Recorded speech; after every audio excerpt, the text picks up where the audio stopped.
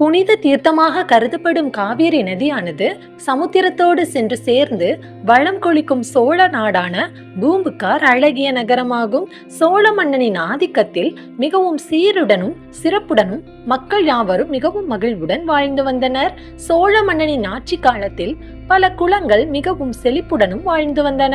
அக்குலத்தில் வணிக குலத்தை சேர்ந்தோர் பலர் இருந்தனர். அவ்வணிகர் குலத்தில் சிவத்தொண்டர் ஒருவர் வாழ்ந்து வந்தார். இவர் இயற்பகையார் என்று அனைவராலும் அழைக்கப்பட்டார். இயற்பகையார் இறைவனிடம் மிகுந்த பக்தியும் அன்பும் கொண்டிருந்தார். இயற்பகையாரும் அவருடைய துணைவியாரும் இல்லறம் என்னும் நல்லறத்தை இனிமையுடன் நடத்தி வாழ்ந்து கொண்டிருந்தனர்.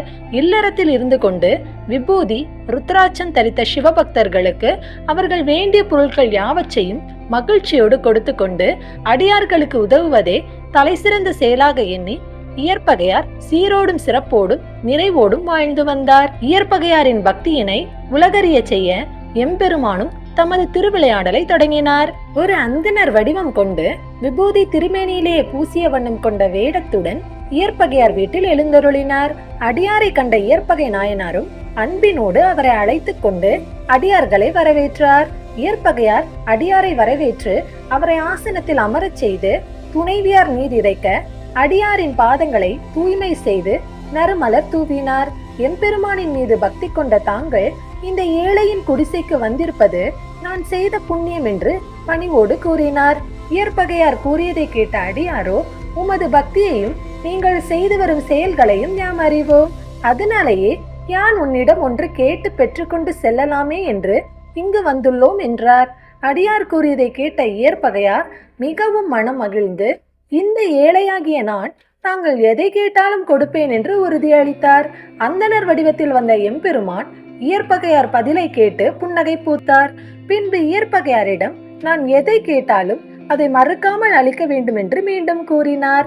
ஏதும் அறியாத இயற்பகையாரோ, தாங்கள் உரைப்பது யாதுவாக இருப்பினும் அதை தங்களுக்கு அளிப்பேன் என்றும் அதில் அணுவளவும் எவ்விதமான சந்தேகமும் வேண்டாம் என்றும் கூறினார். அடியாரோ இயற்பகையாரிடம் மிகவும் மகிழ்ச்சி, உம்மை பற்றி மற்றவர்கள் கூறியவை அனைத்தும் யாம் அறிவோம்.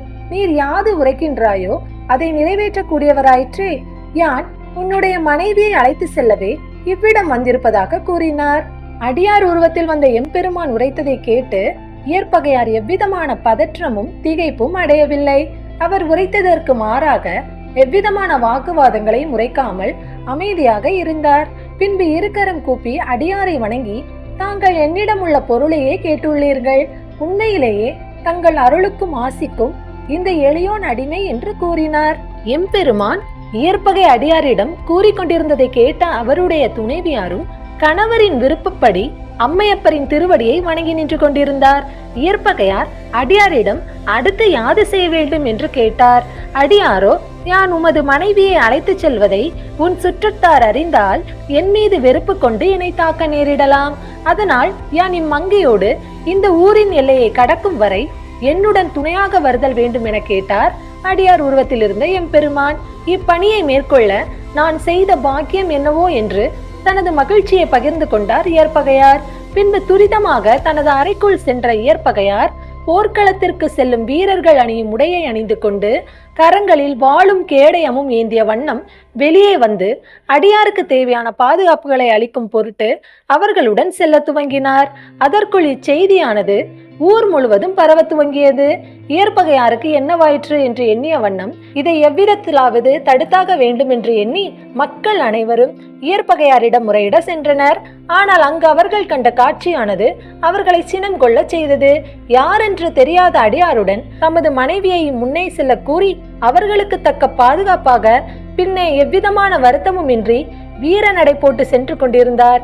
இனி இவரிடம் முறையிட்டு எவ்விதமான பலனும் இல்லை என்று அறிந்த வணிக குல பெரியவர்கள் தங்கள் குலத்திற்கு தீராத அவப்பெயரை ஏற்படுத்தி விட்டாய் என்று கூறினார்கள். ஆனால் இயற்பகையாரோ அவர்களின் பேச்சுக்கு செவி சாய்க்காமல் அடியாருக்கு பாதுகாப்பு அளிப்பதிலேயே கண்ணும் கருத்துமாக இருந்து வந்தார். வணிக குல பெரியோர்களின் கோபமானது எல்லையை கடக்க துவங்கியது. பின்பு கிராம மக்களுக்கும் இயற்பகையாருக்கும் இடையே போர் மூண்டது. ஆனால் இயற்பகையாரின் போர் திறமைக்கும் வீரத்திற்கு முன்பு அவர்களால் எதுவும் செய்ய முடியவில்லை. தன்னை எதிர்த்து நின்ற எதிரிகளின் பலத்தை அளித்து அவர்களை சின்ன பின்னமாக திசைக்கு ஒருவராய் ஓடி ஒளியும் அளவில் இயற்பகையாரின் வாழ்வீச்சு இருந்தது. இயற்பகையார் தன்னை எதிர்த்து நின்ற அனைவரையும் வெற்றி கொண்டார். அடியாரை வணங்கிய ஏற்பகையார் அடியாரிடம் இனி எவ்விதமான அச்சமும் வேண்டாம், தாங்கள் எப்போதும் போலவே செல்லலாம் என்று கூறினார். பிறகு மூவரும் அவ்வூரின் எல்லையில் அமைந்துள்ள சாய்காட் என்னும் இடத்தை எவ்வித ஆபத்துமின்றி அடைந்தனர். அவ்விடத்திற்கு வந்ததும் அடியார் ஏற்பகையாரை நோக்கி, இனிமேல் நாங்கள் செல்கிறோம், இனி நீ திரும்பி செல்லலாம் என்று கட்டளையிட்டார்.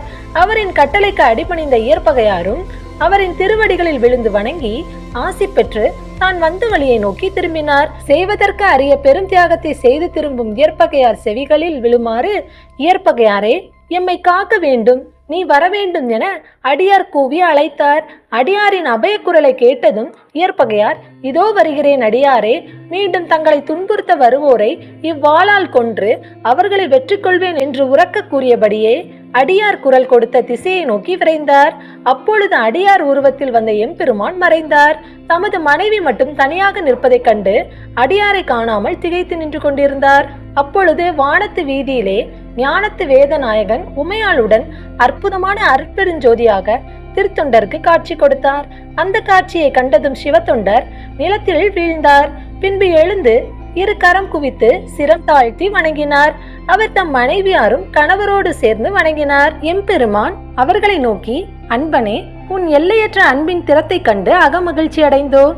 இந்த உலகமே வியக்கும் வண்ணம் எம்மீது பக்தி கொண்ட அடியாரே, நீயும் உன் கற்புடைய செல்வியும் பூ உலகில் பன்னெடுங்காலம் வாழ்ந்து பின்னர் நம்பால் வந்து அணைவீர்களாக என்று திருவாய் மலர்ந்து அருளி மறைந்தார். ஏற்பகையார் மனைவியுடன் இல்லறத்திற்கு திரும்பினார். எம்பெருமானின் அற்புத திருவிளையாடலை பற்றி உணர்ந்த ஊர் மக்கள் ஏற்பகையாரின் பக்திக்கு அடிபணிந்தார்கள். ஏற்பகையார் எல்லோராலும் தொழுதற்குரிய மகானாவார். ஏற்பகையாரும் அவரது மனைவியும் பல்லாண்டு காலம் இன்புற்று வாழ்ந்த பின் இறைவனின் திருவடிகளை சென்றடைந்தார்கள்.